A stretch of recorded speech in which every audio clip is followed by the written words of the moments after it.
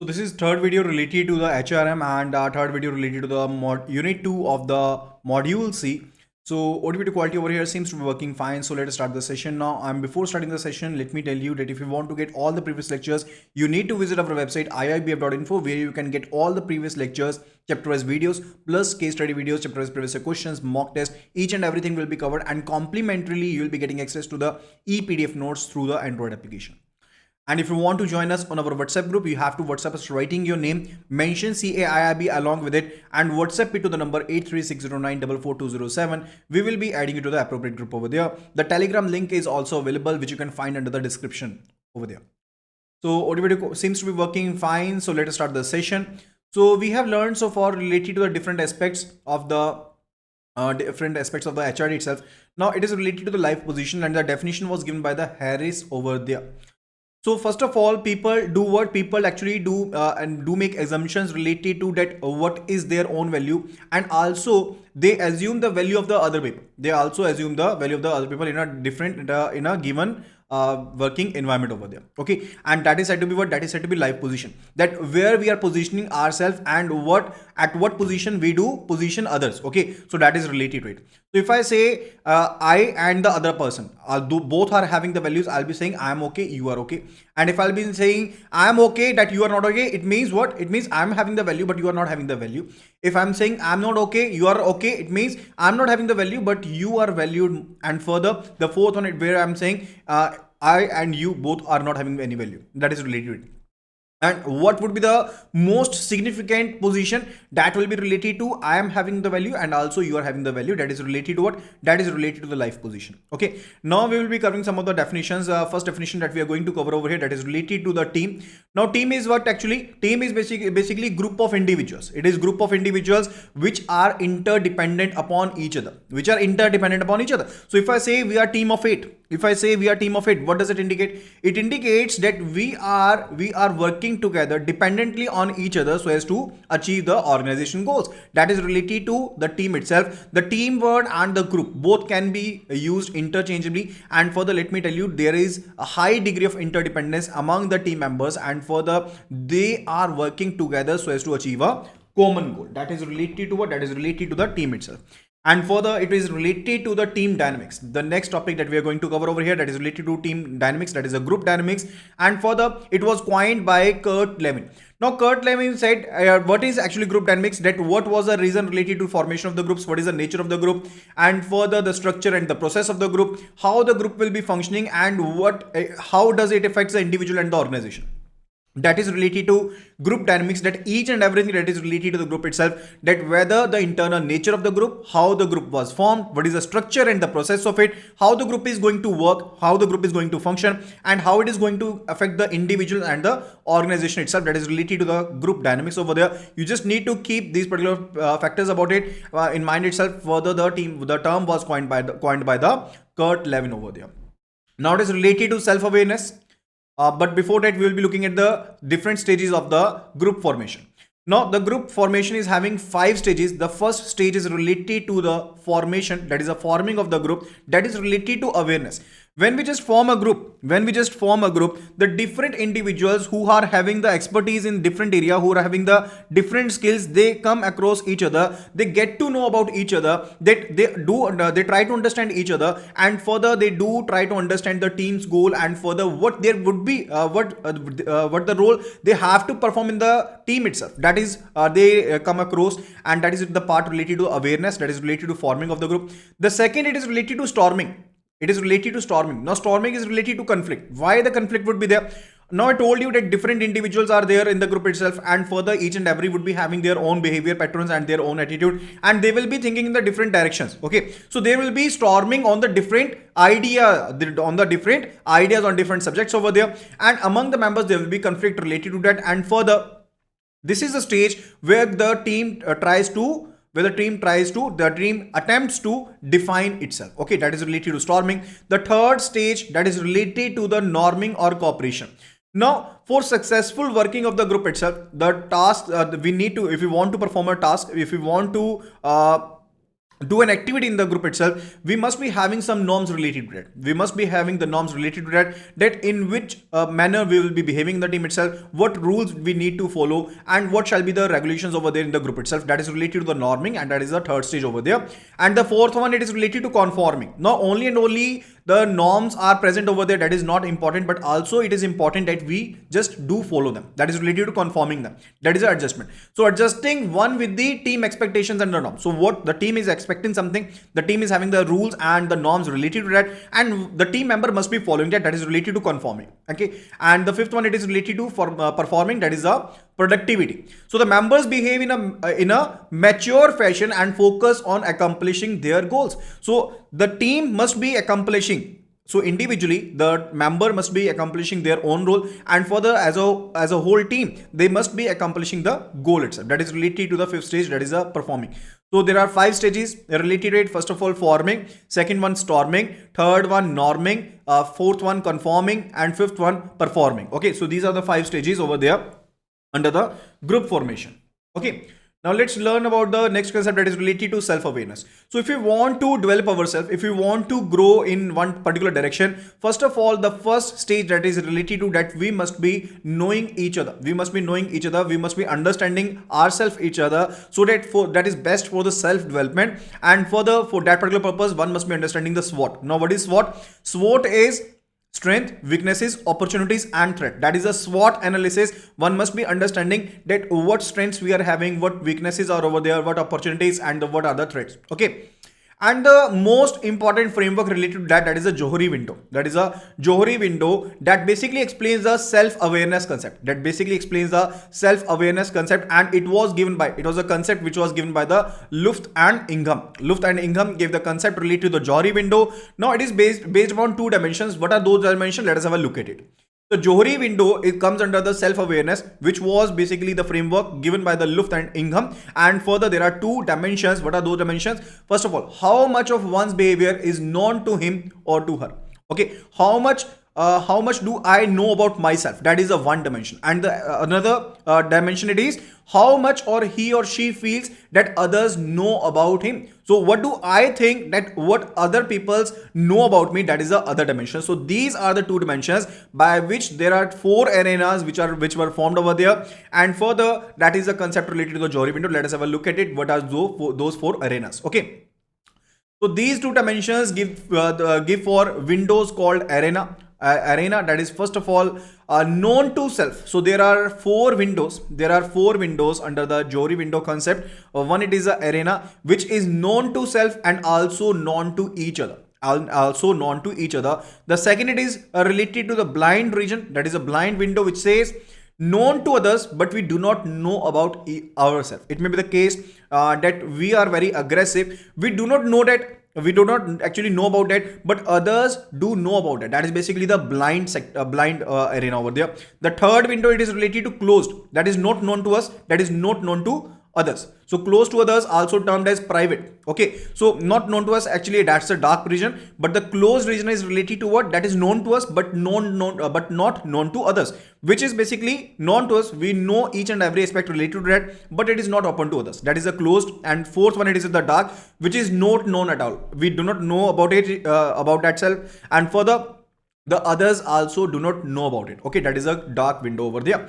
So we are having the 4 windows under the Johari window. So that is related to it, and how we can draw it. Let us have a look at it over here. So in the first row over here, we can see it is written that known to self, not known to self, and further after that it is related to. And in the column over here, it is mentioned that it is known to others and not known to others.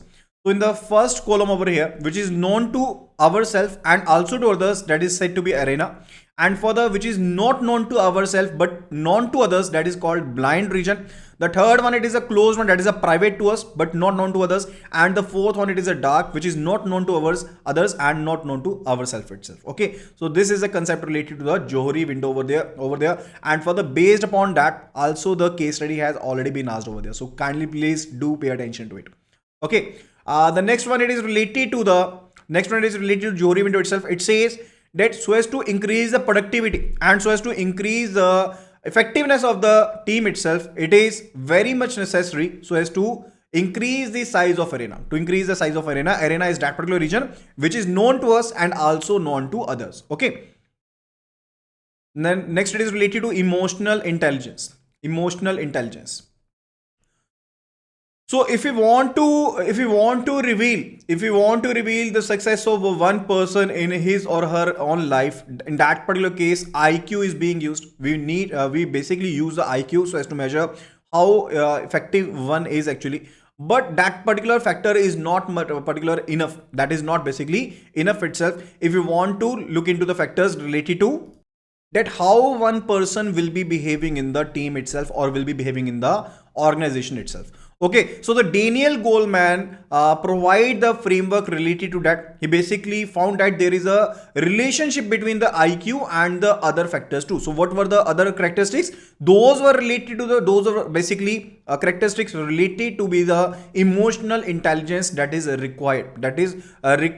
So emotional intelligence like abilities such as being able to regulate yourself, being able to motivate yourself, and further so as to face some situation over there and how you'll be reacting to that particular situation. That is basically all related with the emotional intelligence. So let us have a look at it, the 5 components which were provided by him. The first component, it is said to be related to the self-awareness. Now what is self-awareness? So the ability to recognize, understand one's mood, emotions, as well as their effect on others. So I must be aware about the thing that how I'm going to behave and what effect my behavior would be having on others. Okay, so that is related to what? That is related to self-awareness itself. Then it is related to self-regulations. It is related to self-regulations. So it may be the case that every person being a human being, either he is positive or a negative. So it may be the case that I may be behaving negatively in some particular scenario, but that is related to that I want to control myself. That must be related to that how do I control myself in some particular situation so as to take a intelligent decision over there. So that is related to self-regulation. The third one, it is related to self-motivation.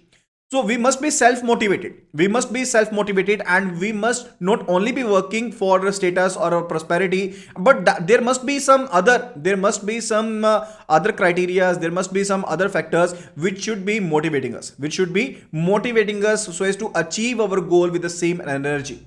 Okay. Further, it is related to empathy. The fourth one, it is related to empathy. So an emotional intelligent person must be having a characteristic so as to understand the emotional makeup of others, that how they are going to behave under the different situation, and we must be understanding their emotional reaction and further should be taking decision as per that. And fifth one, it is related to social skills, that is related to proficiency in managing the relationship, that how we are managing our relationship with others. It may be with our colleagues, subordinates, superiors or clients. Okay. So these were the 5 components related to the emotional intelligence. Okay, these were given by the Daniel Goleman. And then it is next topic, it is related to morale. It is related to morale. So morale is a mental state. It is mental state at how one person is behaving, how one person is feeling. So if you're feeling enthusiastic, if you're feeling confident about something, you can definitely do better. So high morale contributes significantly. It contributes significantly that we can achieve our organization goals effectively. Okay, if you're feeling enthusiastic about your work, about your job, definitely you will be giving 100% and definitely you will be performing well. That is related to it. So positive morale is highly dependent on employees motivation. It depends upon what? It depends upon motivation, depends upon the reward, depends upon the recognition. So if someone has done good work and further you are appreciating that particular thing, by either it may be by way of a facilitation or it could be by way of a reward or compensation, in that particular case the person's morale is higher and further he can also perform well.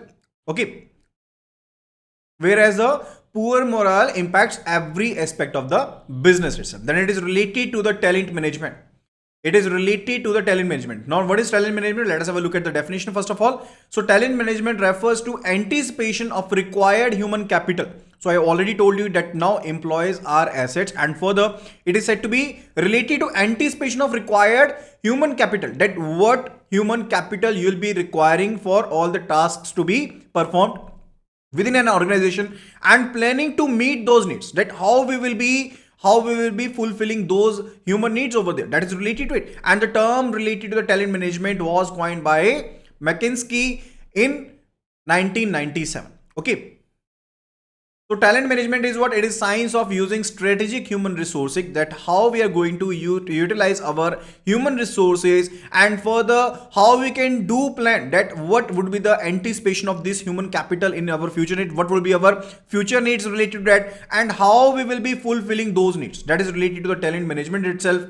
And further, activities such as to recruit, to retain, develop, reward, and make people perform are part of what? Are part of the talent management itself. Okay. So that is related to what? That is related to talent management. So what's about the activities, whether it is related to recruiting, whether it is related to retaining the employees, whether it is related to development of employees, giving them reward and make them perform, that is all covered under the talent management itself. And the term was coined by McKinsey in 1997. Okay, and 1997. Okay, further it is desirable that a talent management strategy should have link to business strategy. Okay, so talent management strategy is related to what? That how we are going to recruit, how many people we need to recruit, how will be retaining them, and what should be the reward. These are the three main components of it. And for the, it must be linked to what? It must be linked to the business strategy. If you are an expanding firm, if you are an expanding organization and you need more human resources, in definite way you must be recruiting more human resources, and further you will be retaining more employees so as to achieve those goals. Okay, so that is why it is said that the talent management must be linked to the organizational or business strategy over there. Okay. Further, it is related to objectives. Let us have a look at it. So it says to increase ability of organization in recruiting, retaining, and produced talent employees. So when you're basically recruiting an employee, and further you are exhibiting your efforts, so as you basically exhibit your efforts so as to develop those employees, so as to impart skills to those employees. Further, when they are performing well, in that particular case, you must be retaining those employees. And also, if you're not able to retain those employees, it will be a loss to the organization itself. Okay, so that is basically related to what? That is related to talent management. So talent management helps an organization to improve the customer service, to enhance the productivity, to increase the profitability and market capitalization. Because when you are basically have developed or skilled employees, you want to retain them, and further you also look at the anticipated needs of the organization itself, that what will be our future needs, and further how we should be recruiting new employees. Okay, that is related to what? That is related to the talent management. Next topic, it is related to succession planning. Now, what is succession? Let us take the case. Here we are having an organization, and here we are having the different employees A, B, C, D, E, F. Okay. Now, E and F are key personnel over there. They are key personnel over there. We can say they are basically positioned at higher in the top management over there. And further, in succession planning, we will be recruiting new employees, and further we'll be recruiting good employees, and further we'll be imparting skills and knowledge to them, so that they are able to succeed the top management employees or the other positions itself from the organization itself. So over here in this scenario, we just considered we are having employees in the organization itself. And further, those employees will be imparted with the skills, will be acquiring the new skills and the knowledge in such a manner that they can replace the key positions in the organization itself. Okay, so succession planning is the mechanism so as to identify, develop new leaders, to identify and to develop new leaders to replace old leaders on their exit. So whensoever these old leaders will be exiting from the organization itself, there must be someone who will be replacing them. And that process consists of recruiting good employees, imparting them with the new skills, or they should be acquiring the new skills and further the knowledge related to that particular position over there. And when the old leaders will be exiting, then the newer leaders will be replacing them. That is related to what? That is related to succession planning. The new leaders can preferably be internally from the organization. It is said to be talent pool management process. It is said to be talent pool management process, where in the all the employees, those are basically you are imparting knowledge to them. You are basically they are acquiring the skills from they are acquiring the skills, and further, when there will be an empty position, they will be fulfilling that particular position that is related to the talent pool management process. And let me tell you that in the process of the succession planning, it is related to what we are focusing, and further it is different from replacement planning itself. It is different from replacement planning itself. The replacement planning focuses on identifying backup candidates. It focuses on what? It focuses on backup candidates. But in case of succession planning, we will not be focusing on the backup candidates. We will be imparting the knowledge to each and every employee over there. We will be just identifying that which employee can do replace the senior one over there, okay, on their exiting. That is related to what? That is related to succession planning and the difference from the replacement planning. So good succession planning is aimed at ensuring that internal employees should be available so as to fulfill each key role position within the organization itself. So if we say there are two key positions in the organization itself, we must be having the candidates, we must be having those employees, those can fill the gap, on their exiting from the institute itself. So activities in succession planning, I already told you, that is related to recruiting of good employees, development of their knowledge, imparting the new skills to them and abilities, and prepare them for advancement or promotion in more challenging roles. So they can be promoted to the more challenging roles over there. And further, it is related to objectives. So meeting career development expectations of existing employees, meeting career development expectations. So each and every employee who is there in the organization, definitely they are having a career path they want to follow. And further, that objective itself is fulfilled. That objective itself is fulfilled when you are giving them a chance, that they can propagate further in the hierarchy itself. And further, improve commitment and retention of existing employees. So when they will be looking at the scenario that they can get promoted in the organization itself, definitely they will be retained in the organization for a longer period. Okay, that is related to what? That is all related to this unit, HRD. So I hope that you must have liked the video. It was a short video, and further that would be all related to this particular video. If you want to get enrolled to the course, just do visit the website right now, iibf.info, and start preparing for the CIIB. You'll be getting the full course videos plus chapter-wise previous questions, mock test over there, and further the case study videos will be given to you, will be provided to you through our Android application or through the website. And also you'll be getting the complimentary access to the ePDF notes through the Android application. And if you want to join our WhatsApp group, you need to WhatsApp us writing your name, mention CAIIB along with it, and WhatsApp it to the number 83609444207. We will be adding you to the appropriate group. So thank you so much, and see you again in the next video.